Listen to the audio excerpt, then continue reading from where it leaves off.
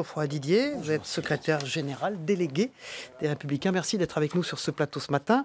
Entre autres, vous avez en charge l'attractivité de la région Île-de-France. Est-ce qu'il y a des conséquences financières très palpables aujourd'hui de tous ces dégâts? Est-ce que vous les avez listés? Est-ce que vous avez des sommes à nous annoncer, des chiffres?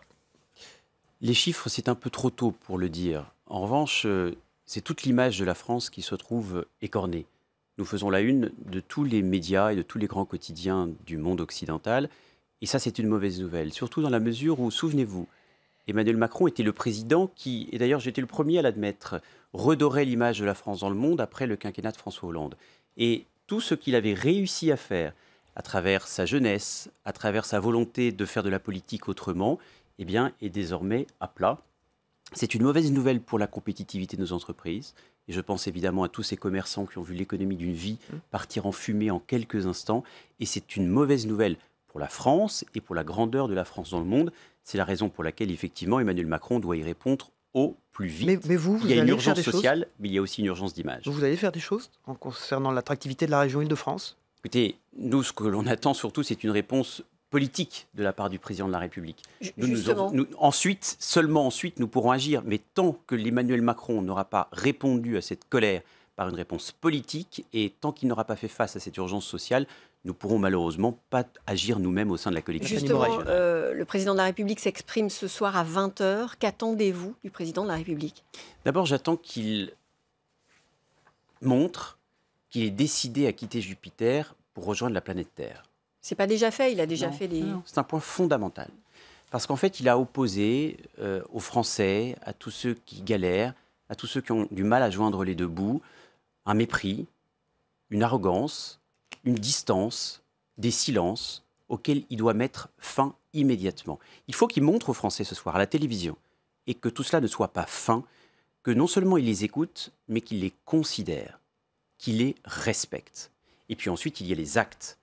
Et pas besoin de symposium à la noix, pas besoin de discours larmoyants, pas besoin d'artifices de communication. Il faut qu'ils disent tout simplement aux Français qu'ils renoncent définitivement à toutes les hausses d'impôts et de taxes auxquelles il a procédé depuis le début du quinquennat. Moi, ce que je veux, c'est que l'État prenne ses responsabilités.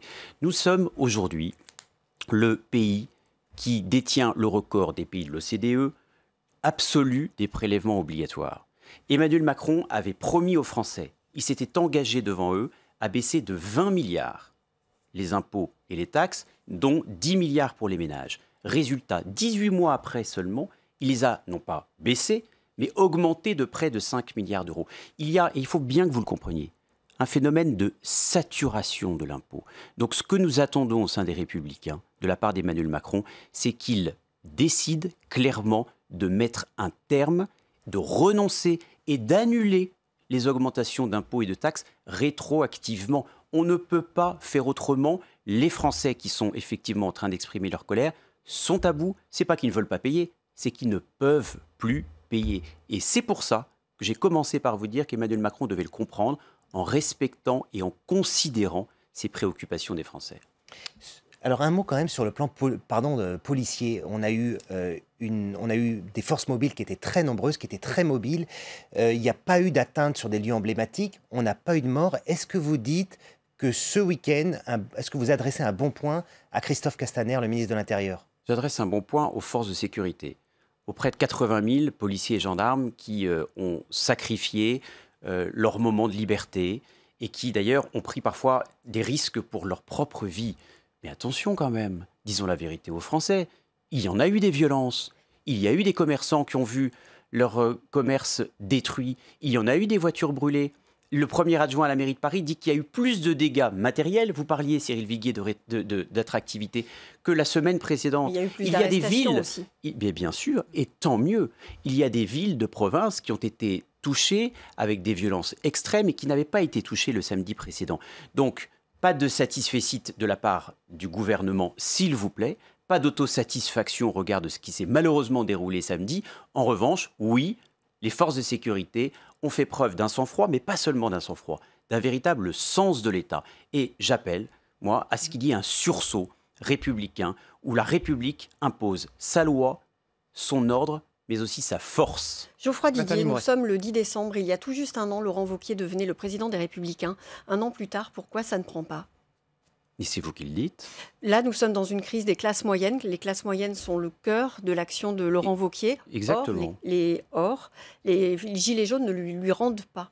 Pourquoi ? Attendez, les gilets jaunes, ils sont là pour dire quelles sont leurs préoccupations sociales et leur quotidien, leur fin de mois. Ils ne sont pas là pour faire de la politique politicienne. C'est ce que montrent tous les sondages. Tous les sondages montrent. Les sondages, regardez les sondages si vous voulez. Moi, je regarde le chemin parcouru depuis un an. Quand il dit, par exemple, qu'il n'a pas porté de gilet jaune alors qu'il en a porté un, ses adversaires avec disent, photo à l'appui. Avec photo à l'appui, ses adversaires disent qu'il a un problème avec la vérité. Est-ce que ça, c'est pas un souci, on va dire, de personnalité, de profil ? Franchement, qu'il ait enfilé un gilet jaune parce qu'un sympathisant, un gilet jaune, lui a mis un gilet jaune pendant 15 secondes pour la photo, on n'en a rien à faire. Moi, ça ne m'intéresse pas. Ce qui m'intéresse, c'est de vous proposer, par exemple, pour la baisse de la dépense publique, une allocation sociale plafonnée à 75% du SMIC pour que le travail rémunère toujours mieux que l'assistanat.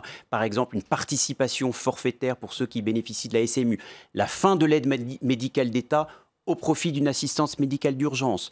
L'alignement du secteur public sur le secteur privé quant au régime de retraite. Voilà des propositions de fond. Celle-là même, je termine. Celle-là même que Laurent Wauquiez a mentionné, il a fait une conférence de presse. Ça ne vous a malheureusement pas beaucoup intéressé, je le regrette, en tout cas un peu moins parce que vous ne m'avez pas posé la question sur les propositions des Républicains, que le fait que Laurent Wauquiez ait à un moment enfilé un gilet jaune.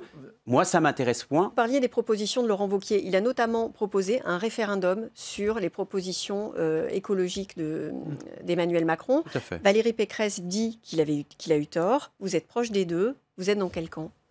Je suis dans le camp de tous ces Français qui n'ont qu'une aspiration, c'est à dire ce qu'ils souhaitent fortement. Ou contre le référendum ? Pour le référendum, malgré l'opposition de votre présidente de région, Valérie Pécresse. Je travaille très bien avec Valérie Pécresse, et Valérie Pécresse est en train de réformer l'Île-de-France comme personne ne l'a jamais réformée. Surtout, elle est en train de réparer les fractures territoriales qui étaient immenses dans cette région. C'est pas l'urgence, un référendum, ce matin dans le Parisien. Que l'urgence, c'est celle du 20h de ce soir d'Emmanuel Macron, où, je l'espère, il démontrera qu'il est enfin descendu sur terre et qu'il a des propositions concrètes pour les fins de mois des Français. Et ensuite, l'urgence, c'est sans doute de redonner la parole au peuple pour qu'ils disent aussi, dans les prochains mois ou dans les prochaines semaines, ce qu'ils ont sur le cœur et quelles sont leurs propositions à eux. Justement, très concrètement, puisqu'on parle de la région Île-de-France, vous préconisez, en tout cas Valérie Pécresse dit plus de diesel, ou disait plus de diesel en Île-de-France en 2030. Quand vous voyez cette crise, est-ce que vous dites on maintient cette mesure ou on va peut-être l'adapter un petit peu ? Ce n'est pas une mesure, c'est un souhait.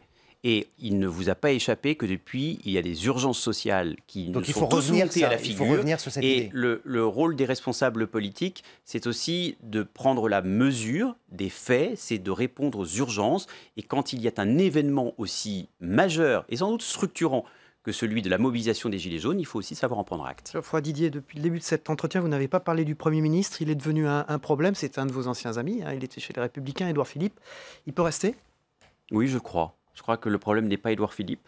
Le problème, c'est Emmanuel Macron et son incapacité à considérer, à respecter les Français. Donc, je n'ai jamais d'ailleurs entendu dans les préoccupations et dans les revendications des Gilets jaunes le départ d'Édouard Philippe. À mon avis, ce n'est pas le sujet.